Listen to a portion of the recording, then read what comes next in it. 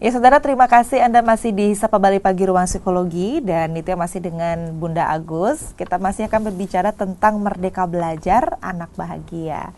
Wah Bunda Agus, nggak terasa kita udah di segmen 4, sudah di segmen terakhir. Tadi kita banyak sekali bahas soal anak. Memang kalau ngomongin anak nggak ada habisnya ya Bunda ya? Sangat nggak ada habisnya, apalagi sekarang seharian juga nggak bisa habis. Iya, seharian juga nggak bisa habis. Mungkin nanti setelah ini kita masih akan ngobrol lagi soal anak ya Bunda ya. Tapi memang tadi Bunda Agus juga sempat menyebutkan kalau anak itu punya kecerdasan yang beda-beda, yang beragam sekali, dan orang tua harus peka dengan itu. Hobi anak-anak seperti apa, talentnya dia di mana dan seperti apa.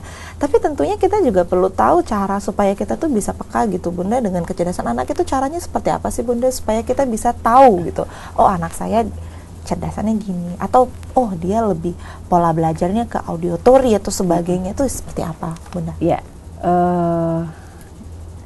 untuk mengetahui bagaimana tipikal belajar anak, tentunya balik lagi orang tua perlu belajar untuk sabar mengobservasi pada masing-masing kuncinya anak. Kuncinya itu ya, ada di situ. Karena mau tidak mau rutinitas yang bersama anak setiap hari kan kita orang tua, apalagi di masa pandemi. Artinya ruang bagi kita untuk eksplor, mengobservasi anak itu jauh lebih banyak dibanding hari-hari sebelumnya. Jadi seperti itu. Nah, kalau yang pernah saya lakukan buat catatan, ya, buat catatan boleh di papan atau boleh di buku, di handphone atau di apapun ya. Kalau anaknya satu mah gampang Mbak. Iya, kalau anaknya gitu ya. Iya, lo bener. Kalau anaknya satu sebenarnya sangat mudah karena ruang waktu dan hanya itu saja yang dilihat gitu loh. Yang jadi tantangan ketika anaknya tidak satu nih. Iya, yang menjadi anak kan lebih dari satu gitu ya. Jadi kebetulan balik lagi saya cerita tentang contoh dengan apa yang sudah saya lakukan dengan ke-8 putra-putri saya yang mereka memang cenderung kinestetik. Orang kinestetik itu nggak bisa diem Mbak. Ya. Kalau suruh duduk anteng nggak bisa. Susah pasti gitu. Akan bergeser ke kanan dan ke kiri. Jadi seperti itu ya. Mungkin orang tua di rumah ada yang seperti ini juga. Terus kemudian kita bisa ngambil satu aktivitas saja yang katakanlah yang menjadi rutinitas gitu ya, dengan duduk tenang. Kecuali nge-game. Kalau anak-anak kan begitu. Anak kinestetik kalau suruh nge-game ya dia diem karena ada fokusnya, dia ada sesuatu yang membuat dia menarik. Coba kalau hal itu tidak menarik bagi dirinya, dia pasti akan bingung. Maka tangannya lah yang akan bergerak. Jadi apa kakinya yang akan bergerak dan seperti itu. Terus beda lagi dengan anak yang balik lagi verbal. Ya. Ngomong aja nggak ada, nggak ada beri seperti apa, tanya terus sama udah kita. Dijawab, probingnya banyak ya. Jadi seperti itu. Nah, kesabaran kita untuk mencermati hal tersebut, gitu loh. Kalau dibilang bising, jujur bising kan gitu. Berisik, berisik. Jujur manusiawi. Tapi ketika kita mampu memberikan ruang pada mereka, maka akan jadi kayak Mbak. Gitu. Saya suka cerewet gitu di jadi belakang. Seperti itu. Ada medianya gitu ya Bunda ya. Dan memang seorang ibu yang cerewet itu dibutuhkan dalam pola asuh. Berarti Bunda aku cerewet juga nih. Cerewet juga gitu loh. Terkadang anak-anak bilang gini, kalau misalnya nggak ada mama nggak asik gitu loh, nggak ada yang ngomelin katanya gitu. Wow, berarti ngomelan itu ternyata reward bagi mereka, bukan punishment gitu. Takut rindu. Nah, jadi seperti itu gitu loh. Jadi memang harus ada penyeimbang antara sang ayah dan sang bunda di situ. Ada kalanya memang ada tokoh di situ yang untuk dibalansikan, nggak dua-duanya seperti itu. Jadi memang balik lagi buat catatan. Makanya misalnya si A dengan usia ini dia sukanya apa, itu kan terlihat dalam 1 minggu, apalagi sebulan aja udah muncul. Bukan kebetulan ya, anak-anak saya kebanyakan cowok gitu ya, dan gunting, kemudian kardus, lem, itu medianya mereka. Itu bisa habis gitu ya. Jadi gunting di mana, ini di mana gitu loh. Dan mereka sangat kreatif sekali untuk membentuk bahan-bahan bekas menjadi kreasi. Karena ternyata mereka terobsesi dengan kakeknya almarhum yang TNI gitu ya, suka banget kalau buat pistol dan sebagainya. Terus kemudian permainan. Jadi saya nggak pernah membelikan permainan. Kalau dulu zaman masih Jaya gitu ya, kan kita juga melewati Jaya dan tidak gitu ya.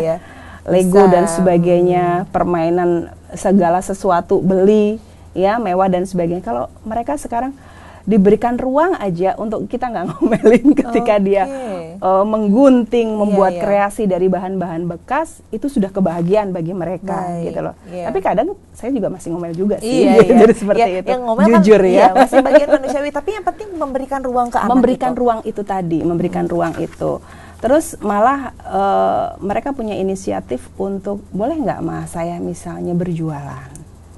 Jadi mereka sudah mulai nih. Jadi putra-putri saya, karena mereka homeschooling semua gitu ya, apalagi di masa pandemi seperti ini, mereka berjualan jus, mereka berjualan keripik, jadi dan seperti itu juga atas izin dari orang tua tentunya. Itu kan best learning.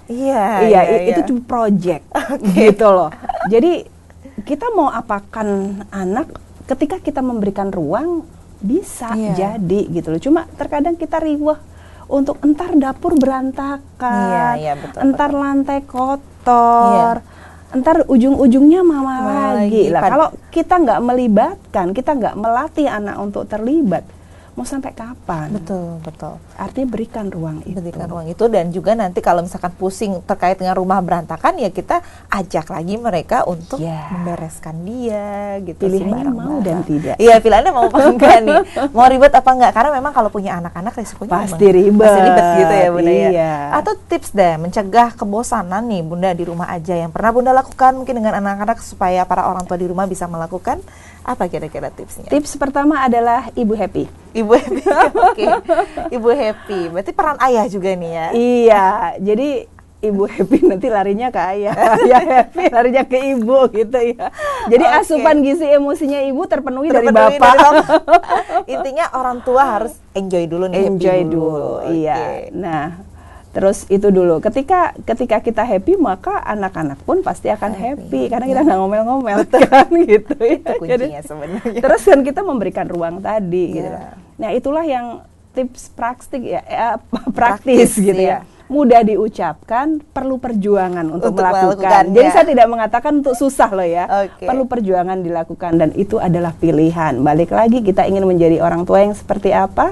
Apakah kita mau fight untuk terus berjuang bahwa apa yang selama ini kita lakukan adalah bagian dari bakti kita kepada Tuhan, sebagai cara ibadah, sebagai orang tua dan sebagainya.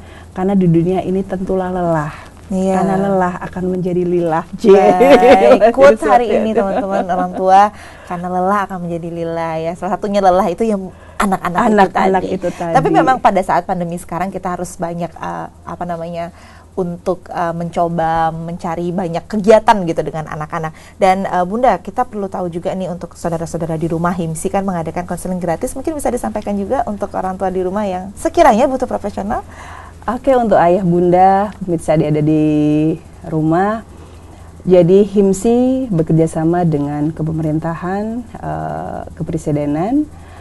Ada konsultasi gratis untuk semua khalayak yang ada di Indonesia, bahkan di luar Indonesia pun, dengan program konsultasi gratis di 119. Jadi 119 extension 8. Jadi keluhan apapun yang ayah bunda rasakan tentang pandemi ini, ayah bunda bisa langsung telepon pada extension tersebut.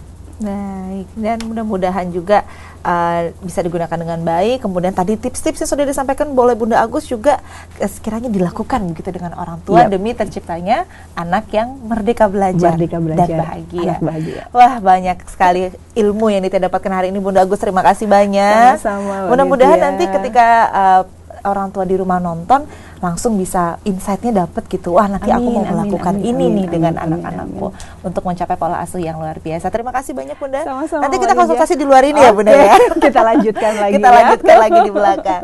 Ya saudara, itu dia tadi perbincangan Nitya dengan narasumber kita hari ini Bunda Agus tentang Merdeka Belajar Anak Bahagia. Dan Nitya juga ingin mengingatkan kepada saudara di rumah bahwa tayangan ini juga dapat didengarkan di Radio Sonara Bali FM 98,9. Jangan lupa untuk tetap follow Instagram kami di Kompas TV Dewata, @Facebook Facebook kami di Kompas TV Dewata, dan untuk saudara di rumah yang ingin menyaksikan program Sapa Bali Pagi Ruang Psikologi bisa menghubungi YouTube atau menuju ke YouTube kami di Kompas TV Dewata, Sapa Bali Pagi Ruang Psikologi.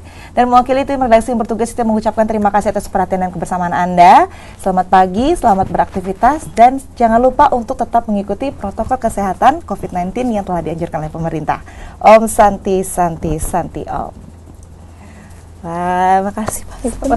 Mohon maaf.